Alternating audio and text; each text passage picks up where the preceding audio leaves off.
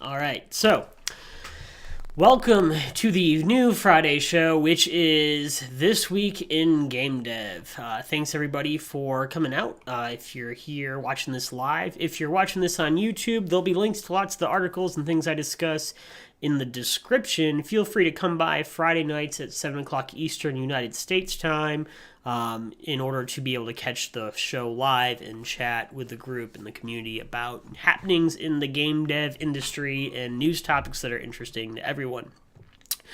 First up, just some updates on the channel page. If you scroll down, if you are watching this on Twitch, I have updated the graphics for the Twitter, Discord link. I've added a donate link through Streamlabs. It's never required for you to do that, but it's there. And then also the weekly schedule here is listed out with all of the different shows. This format I'll be sticking to now that LD41 is over, the game jams are over, GDC has ended. I'm able to kind of get down a set schedule of when the broadcasts will happen. And I've tried to do different times that'll accommodate different groups. So every Friday at 7 will be This Week in Game Dev. Throughout the week, I'll set aside tweets, stories, topics of interest, updates with game engines, different happenings with different marketplaces like Steam, Itch.io, GameJolt, different bundle news that's going on, all sorts of different content, and also crawling Reddit and kind of aggregating all that up. And you can catch this show or watch it in a rerun format on my YouTube channel where I dump all my Twitch videos. But if you want to catch it live, make sure to check out Twitch and give me a follow.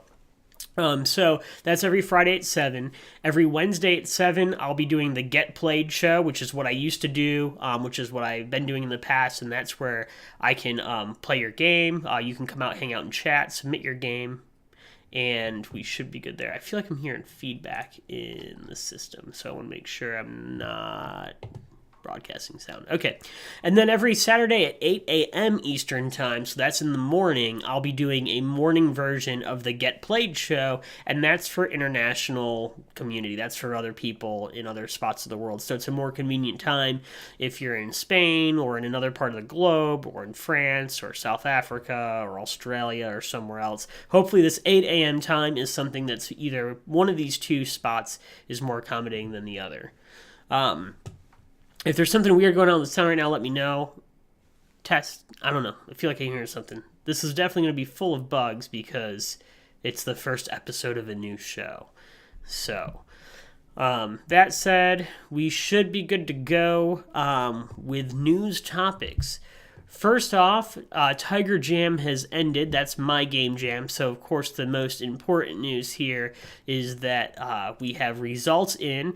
Number 1, the first spot, and I encourage everybody to go check out these games. They'll be in the description in YouTube and in Twitch. Check out 35mm. That's by Rain Drinker. He's a regular on the show. He also won last month's giveaway prize. He's won first place for his game 35mm, which is like a platformer. It's really awesome. And you run and you jump, and the level changes as the film changes. So it is really, really good to check out. Second place is Yuzorius. He made Run Jimmy Run. Yaz also made a really good metagame jam entry, but I'll be linking this in the description for this video. Check out this game, but also on Itch.io, look him up and check out his metagame jam game. It's really cool. It kind of blew my mind when I played it, so it's really awesome. Both are excellent games. And in third place, another regular of the show and who hangs out in the Discord also a bunch, Player DBR, or also known as DBR. He's also a Twitch streamer. You can check out his stream, give him a follow. He does really cool pixel art, and he took third place. So all 3 of these are in the top 3. I'll be giving out gift subscriptions to the stream to each one, so they'll get the emotes. They'll be in the Tiger, the special kind of Discord channel for that month. And then also I'll be having trophies produced, and I'll connect with you all to get your details on what you want on the one line. I think there's going to be 3 lines on the trophy. I'm probably going to use 2 of them for stuff. The third one, though, you will be able to put in either your name and your game, whatever you want. and however you want that worded. I'll connect with you one-on-one through direct message and Discord to sort out those details and, of course, where it's going to ship to. So just bear with me while I get all the logistics in place on that, but there will be trophies every year for this game jam. This is the first one, so congratulations. If you get a chance, I'll link to the jam also in the video. Go through and check out all the games that were entered. Secret Service is really great. That's made by Spaceface14. I think that won one of the top spots, maybe in either theme or visual, maybe in I think mechanics it was number 2. Yeah, so all the games are really well done, and everybody kind of deserves a chance to go through and get their games played out. They're really good entries, and I really do appreciate everybody's participation. So feel free to give them all a good playthrough. If you want to play Bromine, you should join the Discord and see if there's some other players that want to jump on with you, as that one's, I think, multiplayer. And a nice shout out to Rain Drinker for helping Def K Rainbows host that. I know he had some difficulty getting that pushed out to be live, so thanks a lot for helping out another dev and kind of taking time out of what you were doing to put somebody else before you. So thanks a lot for that. All right, on to video game news. News in the game industry. The number one most talked about thing today is going to be, and this is from Gamasutra, this is that GameStop CEO Michael Mahler resigns after 3 months. There's not a lot of detail. I tried to scrape around and find some other sources. This is the first place that I saw it reported, but if you Google it, there's a lot of other news sources out there, and I'll try to source all my sources in the stream. I'm not writing or creating or investigating a lot of content. This is all coming from other places around on the internet. So, but Gamasutra reports that GameStop CEO Michael Mahler has resigned after 3 months. He took the spot from the former CEO who got sick, and I think it was Paul Raines, maybe, for illness, and he passed away recently, I think. Double check that on me. I might be wrong there, but I'm pretty sure that Julian Paul Raines, who was the former CEO, stepped down and passed away due to illness. And Mahler has only been in the spot for 3 months, and then he resigned. Now, I don't know what the story is there behind that and why he would resign after 3 months. He claims it has nothing to do with the cash flow, has nothing to do with the health of the company. And then I read in another source that he didn't take any severance either. So don't know what the deal is there, but maybe he decided that he wasn't going to do that. The stock did fall a little bit when that happened, and Daniel DiMatteo has taken over as interim CEO, who did that once before in the past as well. So why is this game dev news? Not just GameStop, but GameStop also owns Kongregate. So I don't know if you know that, but Kongregate's a great marketplace for kind of monetizing your game, just like Itch and some other sources out there. GameJolt, Itch, Steam. Kongregate's been around for a while. GameStop bought Kongregate, and so this is relevant because they own Kongregate, and the health of that company kind of will dictate the future of Kongregate, which is where some people put their games out. Thanks, Anomalous, for showing up. Definitely watch the VOD later. Totally cool stuff. So thanks for stopping by also, and we do appreciate you.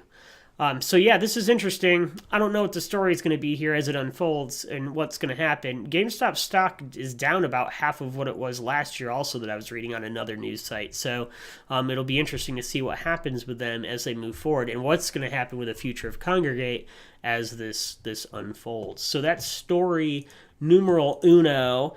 The next big story that we have today, which I found out from Tom's Hardware, I actually found this out from somebody who passed me by at the office, was that there's a hardware vulnerability with the NVIDIA Tegra X1 chipset, and this has led to an exploit where people can launch homebrew software on every Nintendo Switch, and because it's a hardware exploit, there's no way for Nintendo to patch this. So every Nintendo Switch that's released right now to present day has an exploit where people are going to be able to wedge in and launch homebrew. Now, this was released by 2 different groups of people at about the same time. Fail Overflow and also Reswitched both claimed that they were the first person to find this exploit. I know that neither one of them has reported it to NVIDIA. If you read through some of the articles that are out there, neither one of them has had direct contact with NVIDIA about this. There's been no report or release from NVIDIA or Nintendo as of the time of me doing the research on this about 5 hours ago. And this is maybe, you see this is posted April 24th, so this might be old news to you. This is definitely a couple of weeks old. But it's new news to me, and I didn't know this was out there, so that's why we're bringing it up now. I do know that Fail Overflow reported it to Android and to Google because there's other Android devices out there that might be affected by the NVIDIA Tegra X1 chipset. And so from what I understand, you kind of short out some of the joystick connectors, and then you're able to go in and launch and get into a bootloader, and from there on you can then launch and deploy your own kind of homebrew stuff from there. So kind of not that cool for Nintendo, I'm sure. It's kind of interesting for kind of the hack community of people that want to make homebrew software on there. But at the same time, I'm always conflicted. I don't know. Part of me doesn't like the fact that you can get in and hack it. Because people are going to, of course, pirate our games and indie games probably and move them on there and run emulators. But at the same time, part of that was like the fun for me when I had my PSP and I got homebrew software, actually wrote actual homebrew software. Someone like Crate, who's on Twitter, who does a lot of Arduino Boy stuff, has hacked his PSP and he's running Arduino Boy games on his PSP and he owns an Arduino Boy. I don't see anything wrong with that. That's really exciting stuff. So I'm always kind of 50-50 on these, but it's never cool when you do have a security exploit and you don't know what's going to happen with the future of the hardware that you already have out there in the market. So I definitely feel for probably some of the people that are at Nintendo who are dealing with that now. The next big update is also related to the Nintendo Switch, and this is that they are going to have cross-platform Minecraft due out in June. And so they have announced, I think yesterday or so, and this is from Newsweek, that the Switch is going to have an update that'll have cross-platform play. I believe it's going to be with other console-based versions of Minecraft and the Windows 10 version, so it probably won't be cross-platform with the Java-based version, which is what I run on my PC every now and then when I do jump in and play. So, small update there from Nintendo, just a little bit of Minecraft-related Switch news along with the hack that got exploited. The next piece of news we have is about NVIDIA, or not about NVIDIA, it's about Unity. Unity has a really good blog post that was written today, and you should definitely check that out. Again, a lot of these links will be in the description of the video, so if you're watching this later on YouTube, or you're catching the VOD on Twitch, I'll have links to a lot of these sources and these articles inside of that segment. So you can go back and read it for yourself. But Unity has a blog post that they came out today. Microsoft Build just happened, which is a little bit of a conference for them where they show off and showcase different technologies that Microsoft is working on, especially in the games industry. And then also they do some awards, too, for people that are developing games in the Xbox One. This article is really cool because it has 7 of the big takeaways that Unity took away from Microsoft Build. Sorry, I'm getting over a cold, so I'm going to have to sip on some coffee here for a minute. Get my throat going.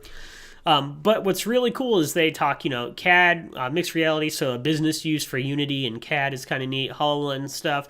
What I think is the coolest thing, though, we're going to scroll on down to Code Together in Visual Studio. So what they took off is number 6. I think this is really neat. You connect with people all over the world, and you can almost pair program in Visual Studio in both Code and in Visual Studio. I think this is a really exciting time that you're going to be able to do this, especially with people like us that are doing game jams every now and then. Imagine being part of a game jam team, and you can actually write and work on the same bits of code for a game that we want to make together. And it's released, and you can download it, I think, for free in preview mode for both Visual Studio and Visual Studio Code. So both of these products are going to have this kind of shared paired programming experience where you can work on code and snippets and code files live together. So just imagine like how much that's going to advance not even like just game jams, but working with somebody. If I'm streaming on Twitch, you guys would be able to join into the code that I'm working on and see what I'm doing, and we could edit stuff together. We could make a game together all over the world. So this is a really, really exciting time, I think, for Visual Studio, and also just for this entire product and this experience that's going to be built upon this. I think there's a big future for this, and so I'm really excited.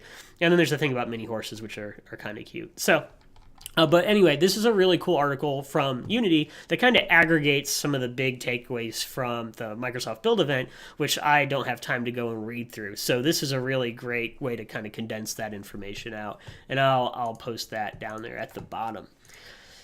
The next article we have is about game design, and this was published back on the 7th on Gamma Sutra, and this is a study about that bad design is bigger than bugs when you look at the raw empirical information based on reviews. So the Empirical Software Engineering Journal examined negative and positive reviews of over 6,224 games on Steam. And from that, they started to take away and aggregate what people were complaining about, and whether they were bad reviews about bugs, bad reviews about game design, and they did a whole bunch of kind of deep dive into that information. You can read through this and get most of the numbers out of it, and there's also a link to the actual study, which if you really want to nerd out and you have some free time, you can go and check that out. That's below the image if you go to this link later on when I post the links for all these news articles. But you can go click here and actually go read through the information in the study. One of the neat numbers that came out, though, is that negative reviews left by players, 17% mentioned bugs, 57% mentioned cons related to bad game design. So keep that in mind if you're working on something to polish to release later on, whether it doesn't have to be on Steam, but itch.io or Steam. You can have some small non-game breaking bugs in the game. If your design is good, that's kind of more important to focus on, that the game has the right game feel, that the game design feels good, and that the experience is an enjoyable one. So maybe kind of common sense for some of us, but not everybody, and it's interesting to see that there's actual data behind that, and it's not just, what we think, that there's actually some numbers and some truth behind it. So interesting article, though, that I saw earlier this week. The next big thing to talk about is my Twitter. I made a tweet. This is very important. There's less than 5 days. Now there's even less than 5 days left. For Ludum Dare 41 or Ludum Dare 41, however you want to say it. But you can actually, and I'll walk you through this, there's games that are in danger that aren't going to get their ratings. Go away. We don't want to see that. So when you're at the main LD page and you're looking for games to rate, you can change this drop down. By default, it's set to smart, but if you choose danger, these are the games that are like within 1 or 2 reviews of being able to get their ratings. So if you scroll down here, if you don't get 20 ratings, you don't get your score. And so we all have to take it upon ourselves at some point in the next 3 days and 20 hours that remain to come in here, click games, and go to the danger section and try to get rid of some of these if you can. So I know that some of them are VR, and like there's some that are, for a specific build or a specific engine that you have to have installed. But just keep in mind, if you have just a little bit of free time to play one game, you could be the person that makes or breaks their chance of getting their reviews and their scores from LD41. Ranger says, yeah, when playing, people mostly care about if they're having fun. As long as bugs don't break the experience, they're kind of not that bad. Absolutely, this is talking about the article. I was delayed in getting into the chat and giving some response here, but absolutely, Ranger, that's exactly what it is. People want to have a good time. The reason they're playing the game is to have fun, right? They're not playing a game for a perfect experience and to not, have a good time. You don't go to a movie some people do go to movies to just observe the artistic and the craftsmanship that went into making the film, but those are called film students, right? They're not just people that go down to the movie theater. People just go down to the movie theater, they go down to watch a good movie and have a fun time. So yeah, absolutely. And then Nuker says, I think early access has made this extremely prevalent, and I would absolutely agree. There's quite a few games that are on early access that I want to get, but I really don't want to play them until they're done. So I have a bunch of games that are on early access on my wish list because I don't want to buy into it in early access. I don't care about the deal. I just don't want to play something that's half-baked until it's finished out. And at the same time, one of the games I'm making, I kind of want to release in early access because Why not? It'd be good to get the feedback. Early access gives you so much as a developer to get that feedback from the community, but you can also burn yourself too if you're not careful. So I think a company that did that really good was Infrovision Software when they made Prison Architect. I think that they did a really good job at like I think they even sold that themselves off their own site before it was on Steam. Like they did a really, really good job at marketing and getting that out there and developing it and working with their community. But not everybody does such a great job at it. I think that the successor to Stardew Valley, the successor to Terraria, what is the name of that game? I own it. Let me see here. What's it called? What's the name of that game? I'll give you an example of one I think did not do a good job with it, and that would be Starbound. So I think I got Starbound on early access, and like it was too early access when I picked up Starbound, and I feel like comparatively to Prison System Architect, I think Prison System Architect did a really good job at both being really interactive, making weekly devlog videos, interacting with their community, and Starbound kind of felt like I just bought into it too quick, and it's like, if I would have waited, and that kind of set the tone for me in the future, like I'm not going to do this again, I'm going to wait till the game's done before I buy into it. Starbound, absolutely, yeah. Dead Cells and Slay the Spire are two examples of two great early access games I'm playing right now. I am so addicted to Dead Cells. Like, I haven't played it in a little while, but before GDC, pre-GDC, I had a hard time working on my own games because it was like, I just want to play Dead Cells. I was playing it I have a Steam Link in my bedroom, so I had that booted up. I'd fall asleep playing it. It was really, really good. There are lots of bad EA games, but when done right, it can be great, and I'll gladly play through the bugs. Dead Cells is just a great get-in-the-zone game. Dead Cells has a great game feel. Like, do a whole show on Dead Cells. We're so off topic right now. Where are we supposed to be? Save these games and loot 'em dare. Save these games. That's what you got to do. When I really just want to chill, Dead Cells or speedrunning Celeste. Yeah, I cannot chill and speedrun Celeste. I can't do anything relaxing when I play that game. There was an article that's not in the news section that was on Gamasutra this week about foreshadowing in game development. And one thing that I think would be really good in Celeste that's not there is the foreshadowing element that would show you the level before you had to platform across it. So you had an opportunity to do somewhat of a strategy before you got to certain moments. I feel like my first 2 or 3 runs through a segment in Celeste are dying to learn what I'm going to end up having to know to do. And if they gave me a little bit of a preview, what the heck, we'll find the article. If they gave me a little bit of a preview, I would know exactly what I wanted to do. Foreshadow. Here it is. It was published on the 8th. This was not in the list of news today, but we'll go through it. Mainly because there's one game in particular that they mentioned this specifically for. And I want to say it's not Portal. It might be the first one here even. Yeah, look ahead. Alice Madness Returns. Opaque space game design lead Jennifer Schulre. Sorry if I pronounced that wrong and you watch this someday. Loves the foreshadowing in Alice Madness Returns, which expertly adapts the 3D camera look-ahead lessons of likes of Mario 64 to point the way forward. They note that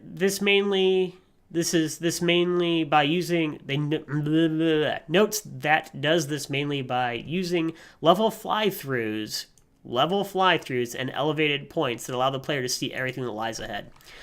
So I can reference this more. I haven't played Alice Madness Returns, but I knew the Mario 64 reference that the person who wrote the article on Gamasutra, which was Richard Moss, when he wrote this article, giving that reference, let me imagine that in my mind. Like Mario 64, like you go to get a star and it does that pan out and it kind of shows you a little bit about what you need to do before you get in there.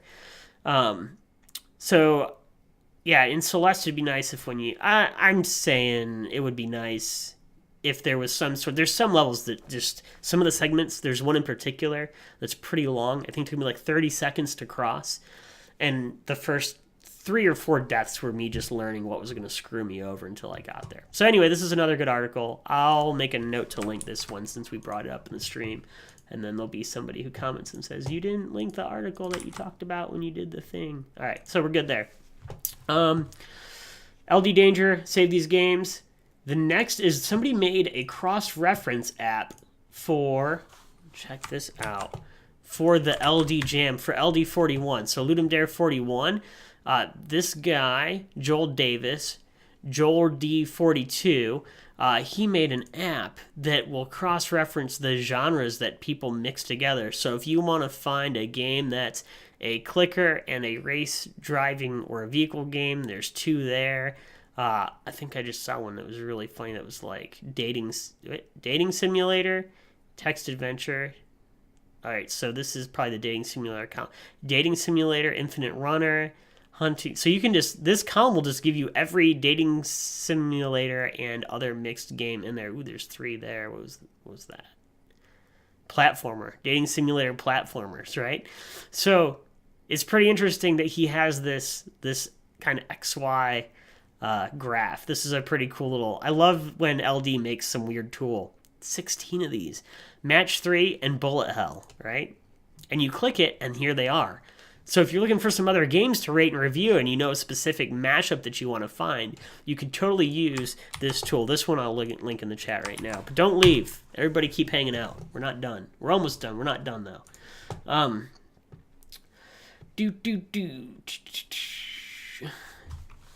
Yes. Here we go. There's been a lot of updates to itch.io.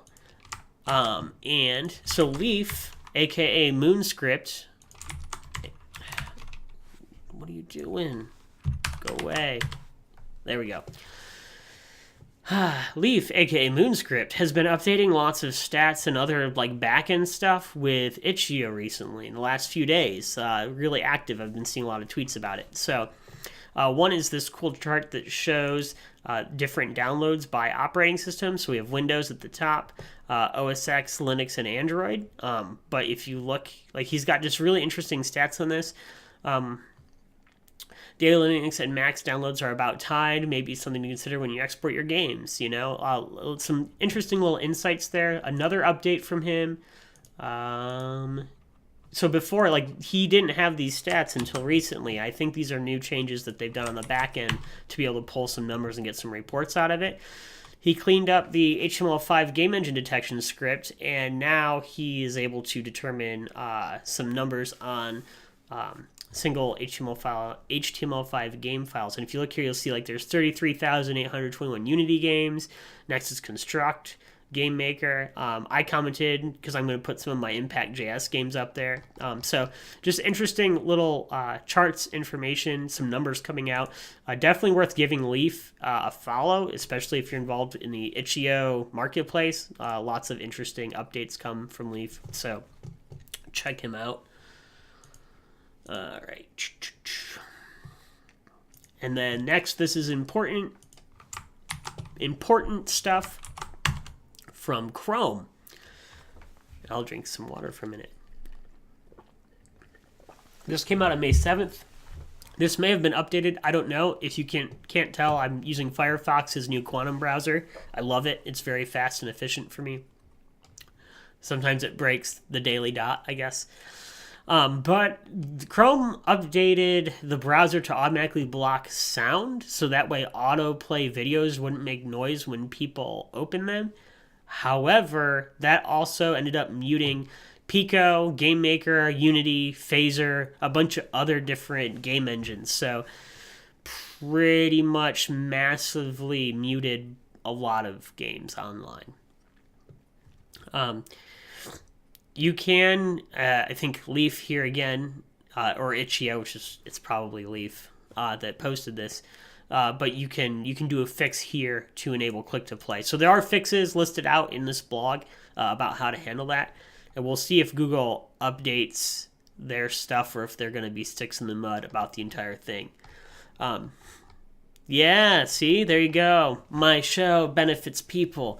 But it's worth checking out, so just keep that in mind that Chrome's kind of going to be a dick and mute games automatically for the time being until they make a change or a interesting workaround comes out. And it's cool that the Daily Dot has references to Terry Kavanaugh and Bennett and some other indie developers. Like, there's not a lot of mainstream dudes in here. This is a lot of indie devs who are talking about some of the issues. So I like that we're kind of the focus because, there's so many AAA web-based games right now. So really interesting stuff. Here's that article, too. I'll link that in the chat. I'll start linking all the articles in the chat. Just don't go away because I want to hang out, okay? Let's be friends. The next big piece of information is that one of our community members, so if you're watching this, feel free to give me a follow. This show happens every Friday at 7. I have 2 other shows. You can scroll down and see the schedule. I'm not going to pitch it too much here, but Rare Like a Unicorn, it hangs out in our Discord a lot, which you can get the link for here. And he's released a new game called Reunited, and in this game it's a turn-based puzzler in the Pico 8 that will let you go through and you kind of move each half of your heart and you reunite it through a series of 30 puzzles. So it's really worth checking out if you want to go give the game a go. If you want to go check out the game, I should say, that's the link to Rare Like a Unicorn's new game. It's free. And it's on itch.io, and you can check it out. Give them some feedback, too, in the comments. Tell them some stuff. Give them some good feedback, too. Don't just say, hey, it's a nice game. Like, if you find something, if you have anything specific that's critical, I'm sure he would appreciate it, as we all would when we're making our games. Like, hey, these are the things I think that need to work on. These are the things I like. These are the things I don't like, because we all want to be better. So check out his game, and congratulations to him. Also, if you want your game pitched in the news show, all you have to do is join Discord and then go to the Show Off Your Game channel and post it there. And I'll try to make sure that